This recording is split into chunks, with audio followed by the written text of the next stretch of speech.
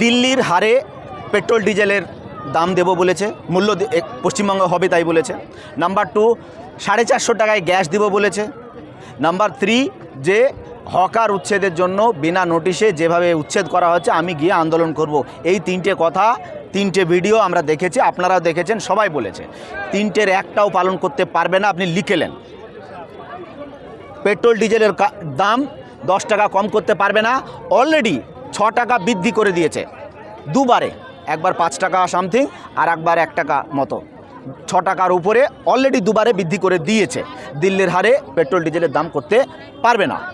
Number 2, গ্যাসের দাম 450 টাকা করবে বলেছে। তো করে দেখাক, আমরা তো ওয়েলকাম করছি। গ্যাসের দাম 450 টাকা করে দেখান আপনি, আপনার যদি হিম্মত থাকে। কেন আমরা 1200 টাকায় গ্যাস কিনবো? কেন বাংলার মানুষ 1200 টাকায় গ্যাস কিনবে? আপনি গ্যাসের দামটা 450 টাকা করেন।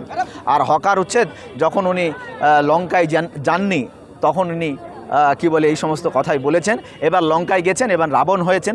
রাবণ হয়ে যেভাবে রাজ্যকে জ্বালানো দরকার সেভাবে জ্বালাবেন।